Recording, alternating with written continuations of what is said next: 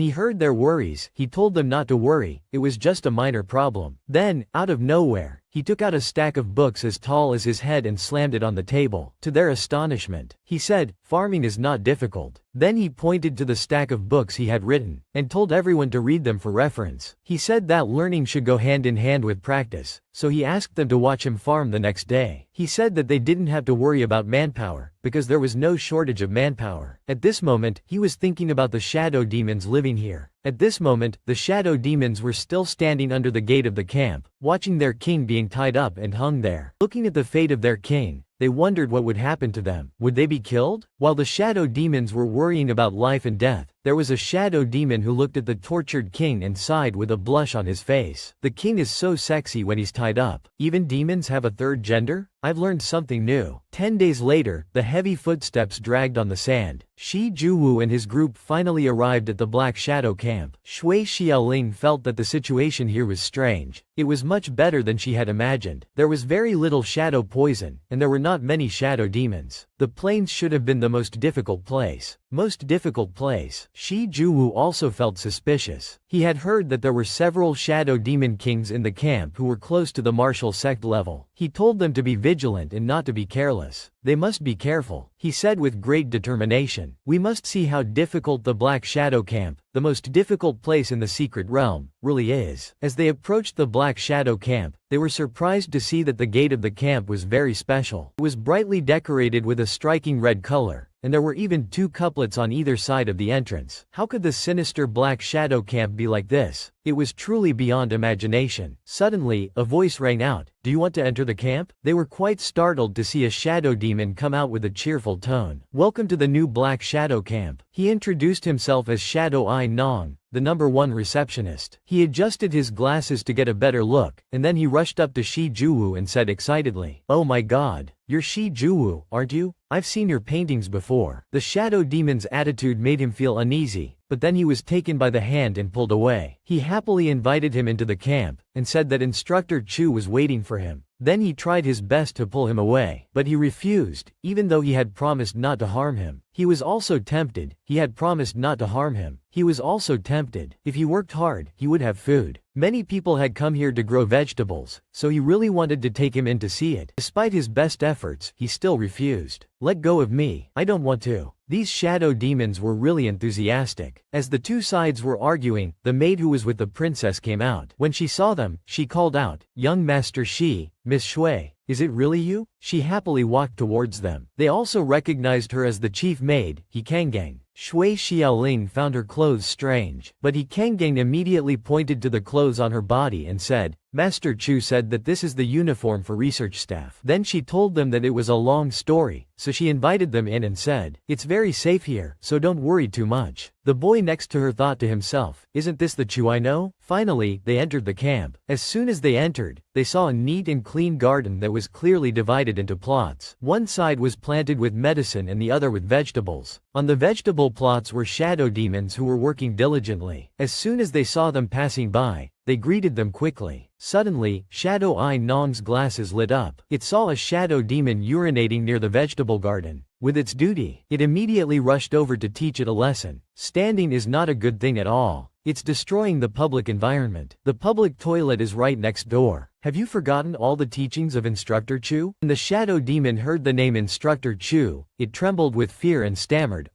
I couldn't hold it in." Hearing this, it became even more angry and pointed at it, saying, "So you just peed outside? It seems that your ideological understanding is still not enough. Don't eat dinner tonight. Instead, copy the ecological protection rules of the Black Shadow Farm 100 times." It was terrified to be punished and not be able to eat. Witnessing this scene was truly eye-opening. Can shadow demons be so elegant? It was truly unimaginable. Seeing that everyone was amazed, He Kanggang stood by and said with a smile, "Are you surprised?" Then she began to tell her story. At first, she didn't believe that they could walk the righteous path. Master Chu said that they had to educate and develop the shadow demons' thinking. She still found it unbelievable. But the truth had proven that they had not discriminated against the shadow demons. Any race could be united. The more she spoke, the more excited she became, and her whole body radiated a brilliant aura. Because we are all striving for a beautiful blue sky. Under the guidance of Master Chu, they had everything they needed: thought, strength, wisdom, and charm. The Black Shadow Camp could definitely live a new life. After saying this, she excitedly led them to meet Master Chu, because in her words, she also wanted them to build the Black Shadow Camp together. Chu Xingchen was now busy working on his strategy to gain the favor of the girls he had saved before. He taught them how to do beauty treatments and nail care. He had made nail polish and was carefully applying it to one of them. Just by looking at them, you could see how happy they were, and the way they blushed when they looked at him showed that his plan to gain their favor was going very well. After he finished painting her nails, the girl was so delighted that she praised him endlessly. He waved his hand and said, "It's nothing to brag about." The system suddenly appeared in his ear and said, "You know a lot, but the task I asked you to do is to fall in love with them, not to be their brother." It emphasized that his role was to be the king of the harem, not their brother or friend. He ignored what it said and just pointed to the progress bar of favorability that was increasing. Chang was so angry at his words that he called him a despicable, shameless, and dirty player. He laughed at it and told it to keep talking, to say more. It was also speechless because of him. Kang's voice rang out, "Master Chu, young Master Shi and the others are here." She happily introduced him as Master Chu Xingchen. He realized that Xiao Shi had also come with them, and just as he was about to say something, he noticed that the system beside him was emitting dense green rays of light. Seeing this, he opened his eyes wide in surprise. "What's wrong?" The system told him that Shi Juwu's magnetic field was not right. After saying that, it rushed forward and passed through his body. After passing through Shi Juwu's body, a sphere appeared. The system said that this was a high-level system prop. It was a fate converter. He was surprised. A system prop? He asked Chang what fate conversion was, and was told that this prop could take away the fate of others and transfer it to the user of the prop. It was a high-level prop that could only be produced with the help of the heavenly Tao. Many dragons and phoenixes have become the sons of fate because of this. He said with doubt, "Does this mean that Shi Juwu has a system that is even stronger than yours?" But Chang refuted, "That's impossible because I didn't sense any system on him. If there was another system, it would have been repelled when it approached and would not have been able to enter this world. Moreover, Shi Juwu is not a user of fate conversion because he is a robber of fate." Shi Juwu was full of question marks, not knowing why he had been staring at him for so long. Xu Xingchen said in a deep voice, "As expected, he has been targeted. Didn't you notice anything unusual about him before the exam? Perhaps after he entered the secret realm, his fate was changed." The system also agreed with his thinking. It seems that he has been targeted by someone. Then he decided to go and investigate. "Young Master Shi, I am very happy to meet you." Shi Juwu also happily performed a salute. "Master Chu, I am very happy to meet you. I heard from the black guards on the way here that I admire you very much. In order to save all the shadow demons, you led everyone to farm and grow vegetables to cleanse the shadow poison. Your wisdom and righteousness are truly admirable." He looked at Xu Xingchen with shining eyes, full of admiration. Shui Xiaoling stood behind him, covering her face in embarrassment for him. His face now clearly showed the words respect for him. "Compared to someone like me who only cares about whether I can pass the exam or not, you are not even 1/10,000th as good as you, both in your heart and in your eyes. Master, you are truly a great hero. I am truly impressed." Hearing these words, he broke out in a cold sweat and thought to himself, "What's wrong with this guy?" He glanced at Xiao Shi standing behind him and asked for help. She used her mouth to tell him that he was an idiot. After receiving the answer, he slapped his forehead and thought, "So that's why he's so easy to fool. He's the biggest idiot ever." Then he grabbed Shi Juwu's hand and said, "Young Master Shi, you are too modest. I am only doing what anyone else would do. You and I are fellow Taoists. From now on, can we address each other as brothers?" He happily accepted. "Brothers in the future?" He happily agreed. After the slightly exaggerated greeting, he began to probe. "Brother Shi, before you came here, did you encounter anything that you can tell us about in detail?" He said that he had captured the king of the Black Shadow Camp and wanted to know his purpose and plans. Then he found out that their main target was Shi Juwu. A shadow demon walked up to them and bowed respectfully. He introduced himself as Xiao Jingxi, the former king of the Black Shadow Camp. Xu Xingchen sat on the chair with his arms crossed and told him not to be so polite. Then he asked him to tell everyone again what he had experienced. He obeyed and began to tell his story. "As you all know, the secret realm is only open during the exam. Normally, there is no way to communicate with the outside world. But 2 months before the start of the competition, someone entered my dream. I couldn't see his face clearly, but I could feel his great power. He wanted me to work for him in this secret realm. At first, I didn't believe him, but in the blink of an eye, he made me rise from the great martial master realm to the second star martial venerable realm. Then he promised to let me out of the secret realm after the matter was finished. After the defeat of the demon race, we were imprisoned in this secret realm for more than 100 years. Because of the increasing temptation, I agreed to him. At first, he wanted me to capture some noble women and lock them up. This was easy to do. I started with those who were infected with the shadow poison, and then I captured Shi Juwu. the shadow poison, and then I captured Shi Juwu. He said that he wanted Shi Juwu to suffer, but he couldn't kill him. He just wanted to make him live a life worse than death. Bing Xiaoling laughed and said, "You're really brave." This made him shrink back and stammer. "I was just being reckless at the time. I wanted to finish the task quickly so that I could get out." At this time, Chu Xingchen was talking to the system. After all, he's just an idiot who was deceived by someone. The system said, looking back at everything now, it seems that his sudden increase in level was probably the effect of some system prop. The weaker the host, the more effective the fate conversion. That mysterious person wanted to use the shadow demons to quickly seize it. Where did he get the system prop from? I'm clearly the only system in this world. After listening to the system's analysis, he laughed and gave the system a thumbs up, saying, "You're the #1 useless system." The system was so angry that it raised its little arm and pulled his hair. After hearing what Xiao Jingxi said, everyone began to think. So, the examinee who wanted to harm us at the beginning was that mysterious person. He asked the examinee again.